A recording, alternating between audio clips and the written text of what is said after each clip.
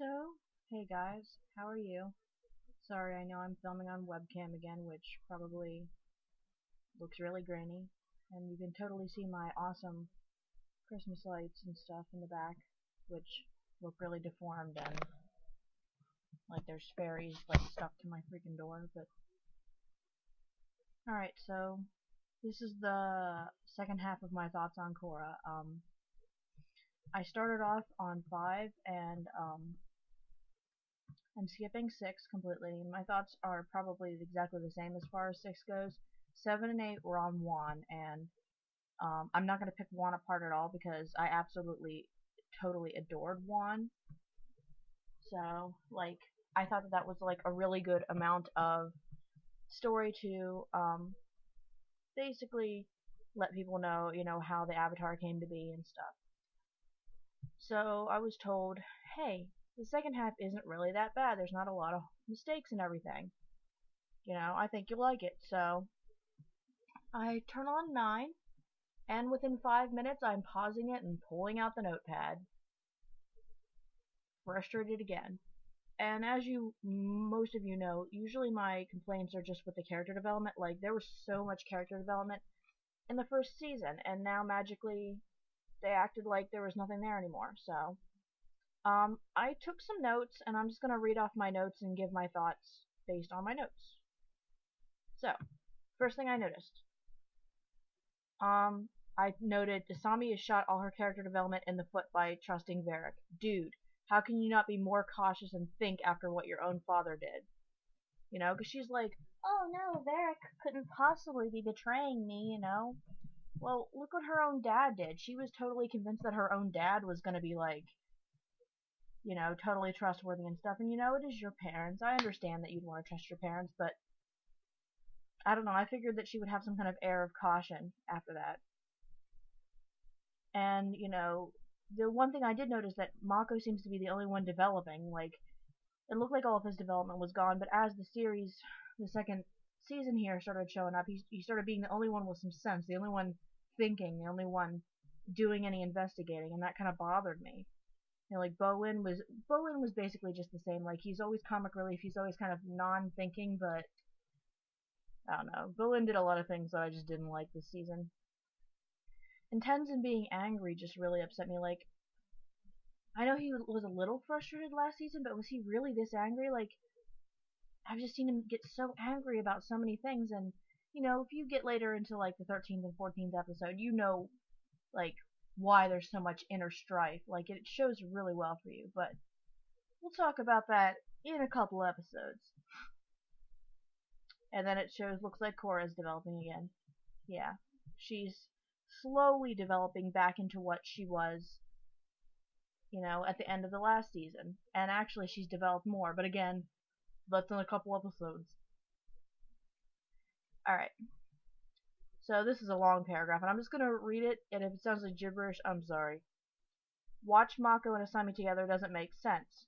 He spent so much time sorting out his feelings for Korra and choosing to leave Asami. Why would he suddenly turn around after one fight? His character is developing forwards in many ways, but relationships seem to be heading backwards. It's very confusing to me. I figured he'd be more supportive of how hard Korra's job is and what she has to do. I thought he'd mentally prepared for that, and at the end of the season, at season 1, he seemed so ready. This really doesn't make any sense. It really doesn't, unless it was a lie and he didn't feel that way. But his actions in the first season's final fights didn't make any sense. Really, this season just wasn't well developed as the last one was.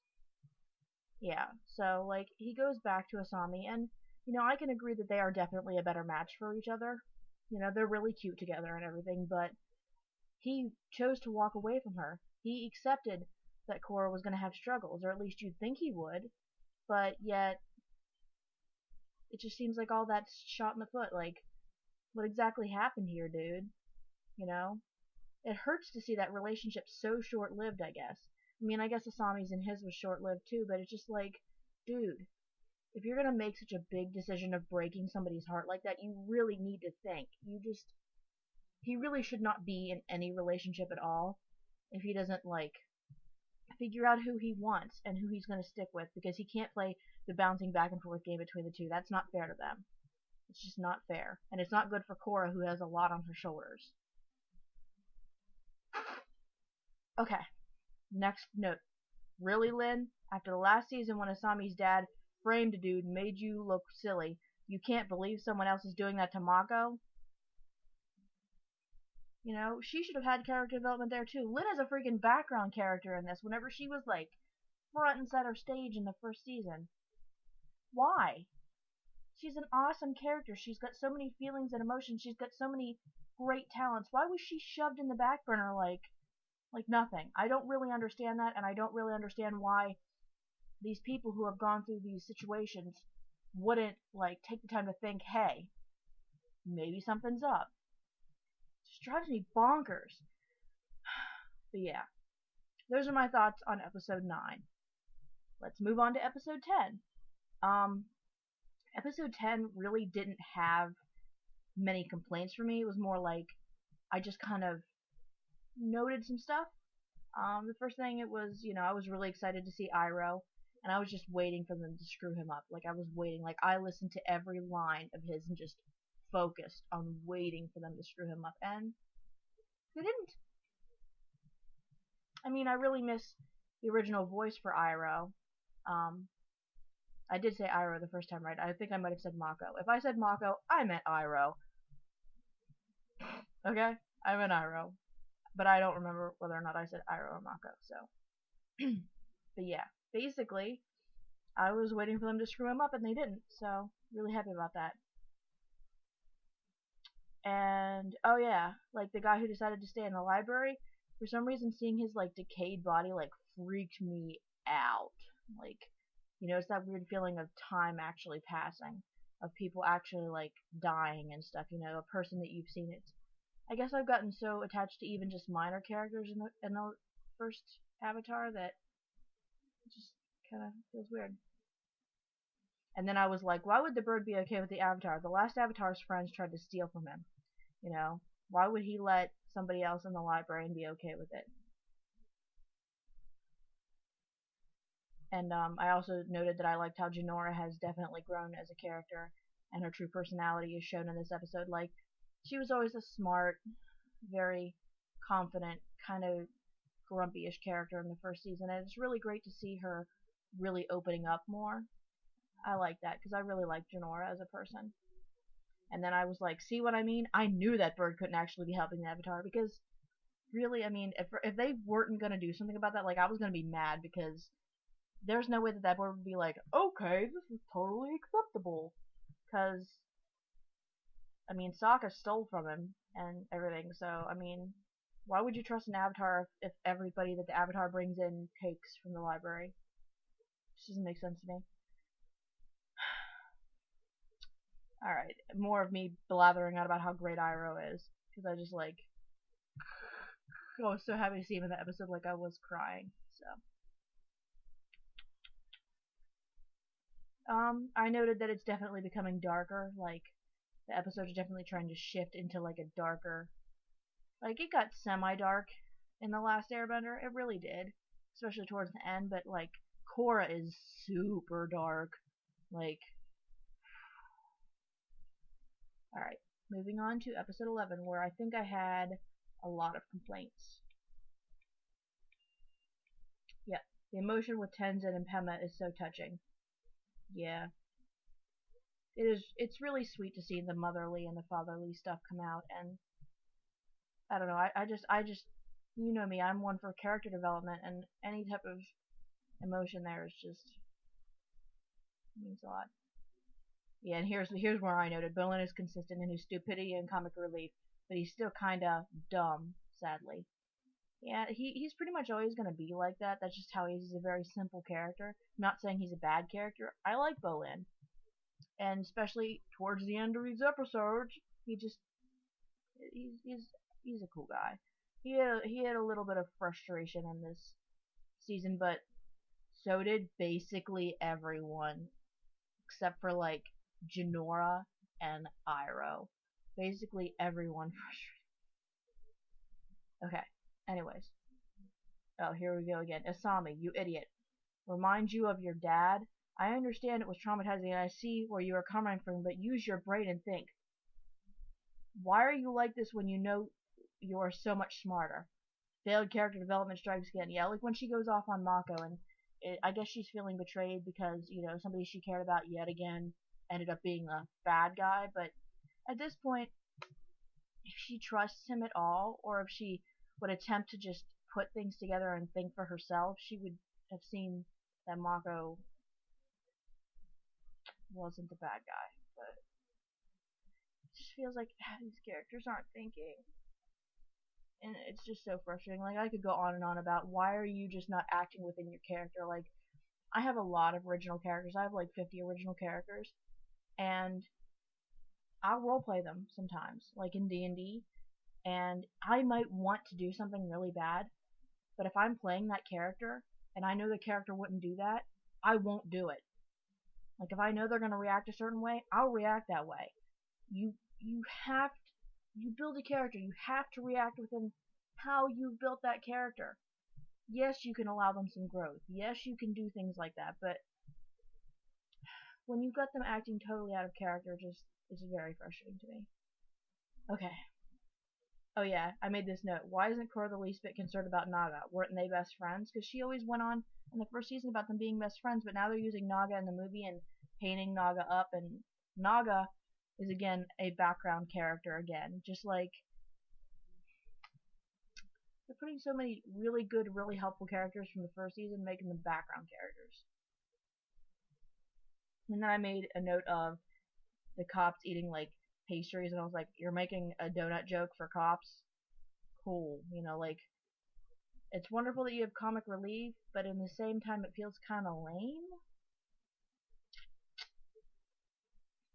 And then here's my note of, I do have to admit that Asami and Mako fit together better as a couple, but that doesn't change my episode 9 feelings. If they start something, they need to stick with it in the progression instead of confusingly jumping back and forth. Yeah. Oh yeah, here's me going, oh holy shit, yes! Bullying character development, thank the Lord! Yeah, I like celebrate every time there's character development. I had actually thought about making, like, showing these episodes with, like, my commentary on them because, like, some of my reactions were completely hilarious, but if I would have uploaded episodes with my commentary, I could get it flagged for copyright, so hopefully you know what sections I'm talking about, because I don't want to get flagged for copyright. Sorry. Oh, Lynn, why aren't you helping? The Lynn I knew would have dove right in. Why did you become so dull and turn to a background character instead of a well-developed main character? What happened here? Yeah, there's a couple of fights where, like, especially whenever, like, you realize that it's a trap, like, that Varric is setting a trap. Like, the Lynn from the first season was just so ready to dive into things. Now she's just kind of a background character that does things like not a Lin way, because a Lin way was to jump in and fight, not sit in the background.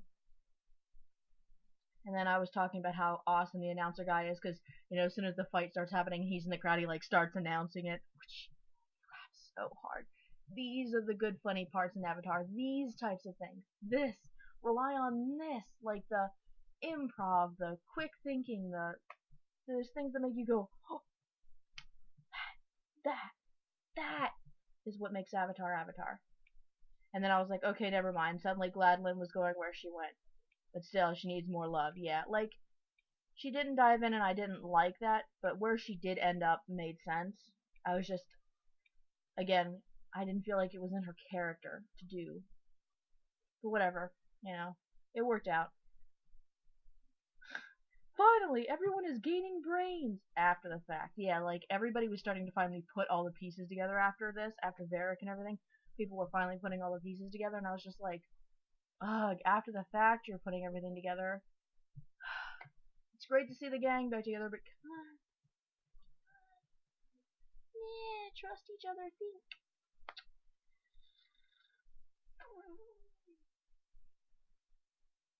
Oh yeah, and I made a note of Korra forgot that Mako and her broke up and they fought. Wasn't any of that gonna get sorted? Yeah, and of course it mentioned that she had lost her memory, but of course Mako being Mako, which is consistent with his character, doesn't talk about it. Like, it's consistent because Mako, as we've discussed, sucks in relationships. He needs to be more honest. He needs to open up with people. He can't just hide it to protect their feelings, because in the end it's going to hurt their feelings more. So, yeah. It's consistent with his character, but it's frustrating.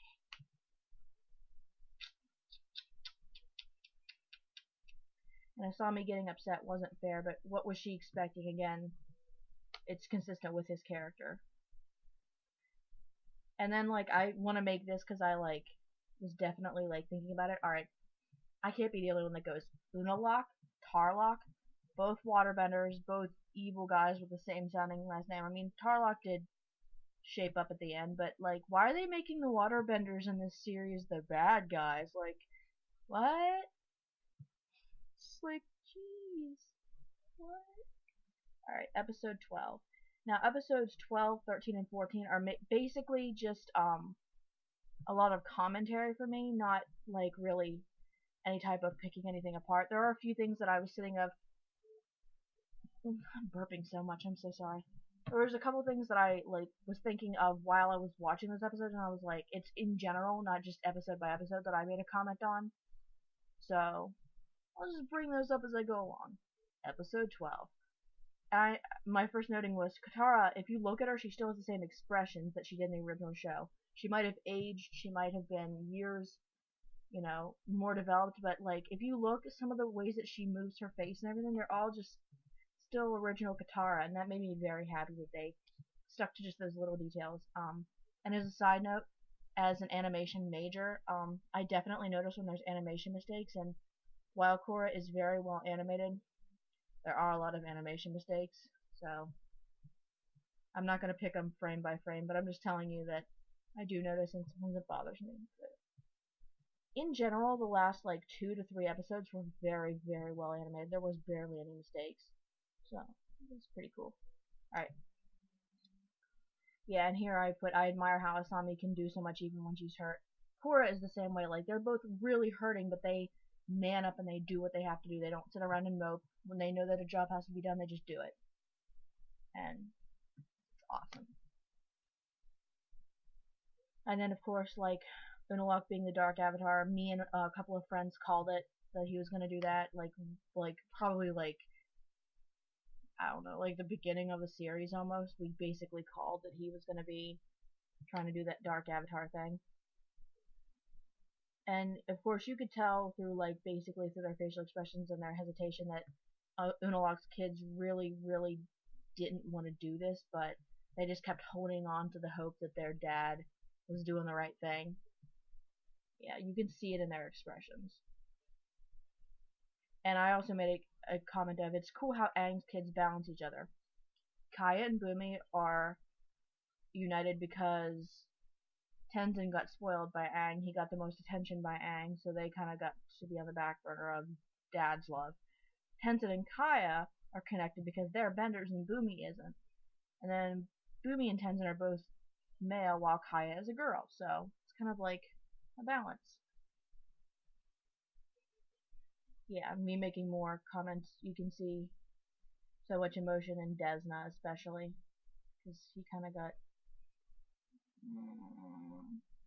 Okay. Me making comments about how funny Bumi is, because he really is. Like, I was so excited about his character. I was excited about Kaya's character too. I was just so excited about them. So I made a note. There wasn't much wrong with this episode. It was more commentary, as I noted. Alright, so I thought that the last episode was 12, and I didn't have a lot of comments about 12, but whenever I found out that I had to find episode 13 and 14 after I'd written down all this commentary, I was like, no, not more episodes, and whenever you find out that there's more episodes of a series you love, you should be excited about it. You should be happy about it, but I was, like, dreading it. That's why I kept putting this off, because I didn't want to watch the other 2 episodes. I knew that bad stuff was going to happen from a comment that my friend made, and I knew that it just was going to be hard. I was dreading there going to be more character failures, but I was very pleased to find out that there wasn't a whole lot of character failures in the last 2 episodes, so I actually really enjoyed them. but at the same time really wanted to freaking cry. They were so freaking depressing. They were depressing and uplifting at the same time, like, grr, grr. Alright, on with the commentary of episode 13. Okay. It's nice to see Bolin and Mako working together again. It was clever of Korra to toss Unalaq out of there like that. Yeah. Yeah, it's a nice try on her part. It's really great to see them working in unison again. You know, because they're brothers and they should know how each other works after being together for their whole lives and playing in a sport together where they had to do that. And I don't know. I'm happy to see them working together. And then, of course, Iroh showed up again, and I was like, happy, because I'm always happy. And then I noted that the thing with the little star on its head was a scorpion spider. And I thought that was badass because I really think that those two combined is like the perfect combination. And for those of you who like neither, I guess it's the ultimate scary thing. But I just thought it was a really cool combination.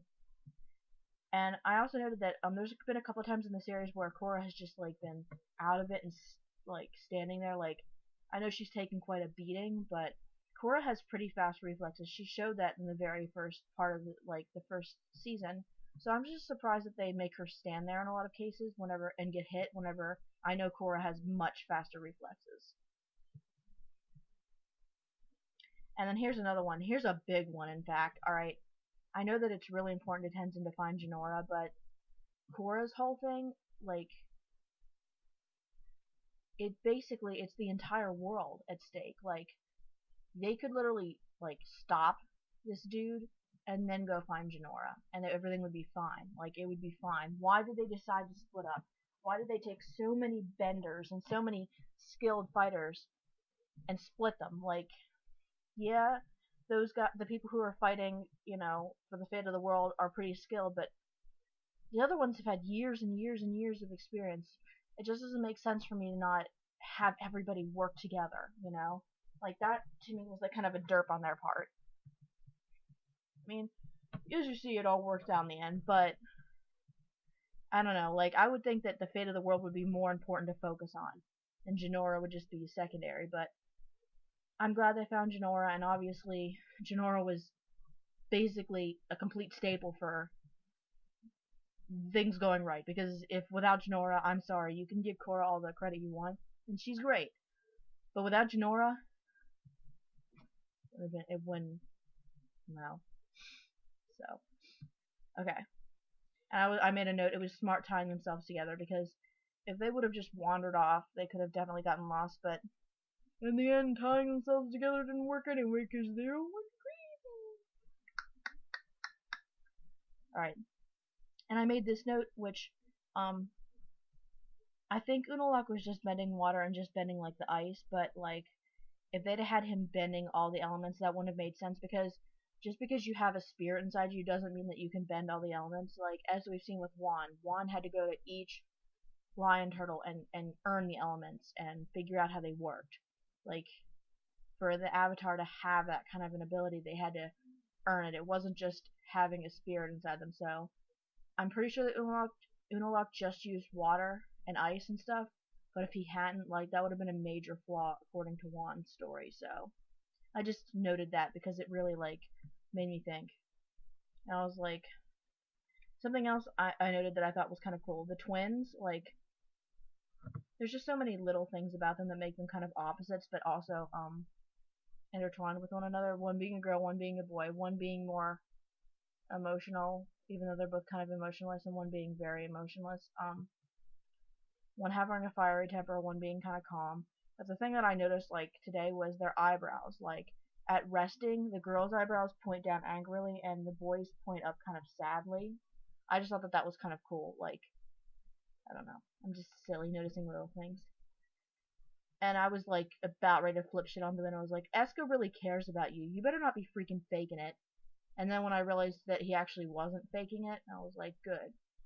You know, they were kind of a terrible pairing at first, but it's nice to see that once she stopped being crazy and he started maturing, that they actually were kind of adorable together. So that was nice. It was nice ending that on a good note. And I was like, wow, the show can get deep. Because the thing with Tenzin, learning that he can't be his dad's reflection. He has to be himself. Like, and that resolved a lot of his anger issues too, because I think that a lot of the anger was stemming from him just trying to be his dad, and he can't be what he isn't. And that was really deep. Like, it helped me think, that I really have to be true to myself. I really have to start figuring out what is me and not being what I think I should be or what I think I am, but what I really truly am. And I really like that. And then I started basically bawling when it showed each of her connections to all the avatars being severed. Like, I was like, one of the coolest parts of being Avatar is getting to see cameos of the previous avatars, getting to interact with them and feel a part of them, and now that's completely gone, and that's just so depressing. It was depressing. But I was the only, I think, instead of thinking about the light spirit being gone, my first thoughts were, because I'm such a person that holds on to hope, I was like, wait, they made a comment that that neither of them can truly die. So she's not dead. And of course she wasn't, but yeah. Anyways, episode 14. Me going poor Korra, because she's just going through so much. I could never go with what she goes through, because I would just feel responsible for everything. I would think I was just a horrible, nasty person, and she does feel that way too. I don't know, I feel really bad for her. And then I got really excited about Tenzin talking about inner growth and hold on a minute. Night. Good night. Is this TV supposed to be off yet? I guess so. I'm doing a review, so I didn't focus on turning it off. Sorry. I'm almost done with the review, so I don't want to cut it off. Sorry. Wait for my mom to go. While we're at it, I can show you this.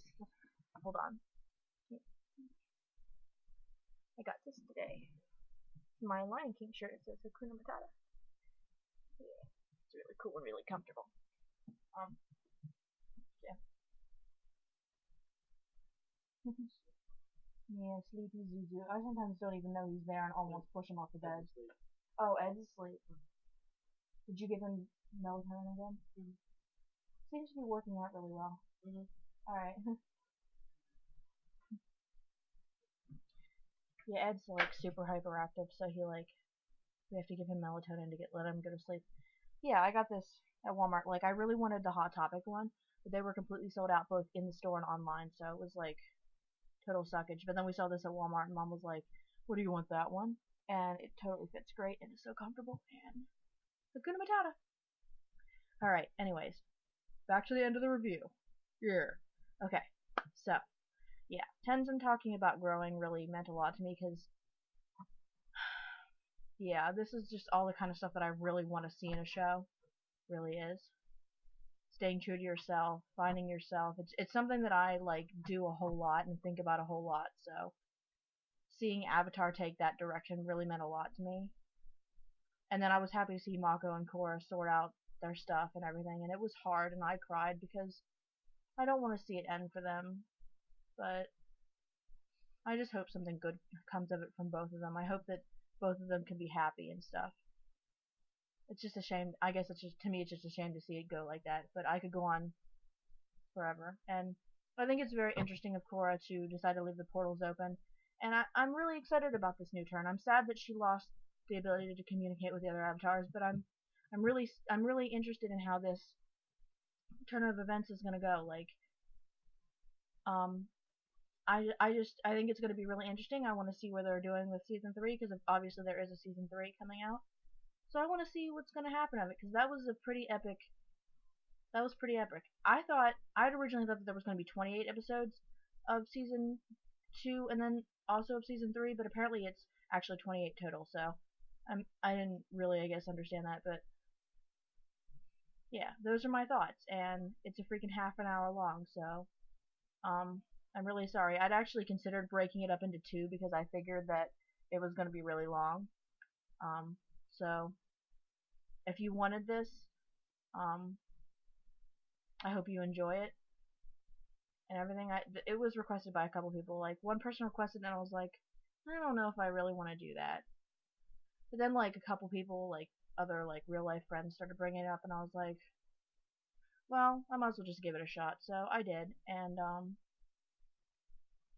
it was nice to watch Avatar and kind of look at it from a different point of view instead of just like being completely thrown into it. But yeah, those are my thoughts.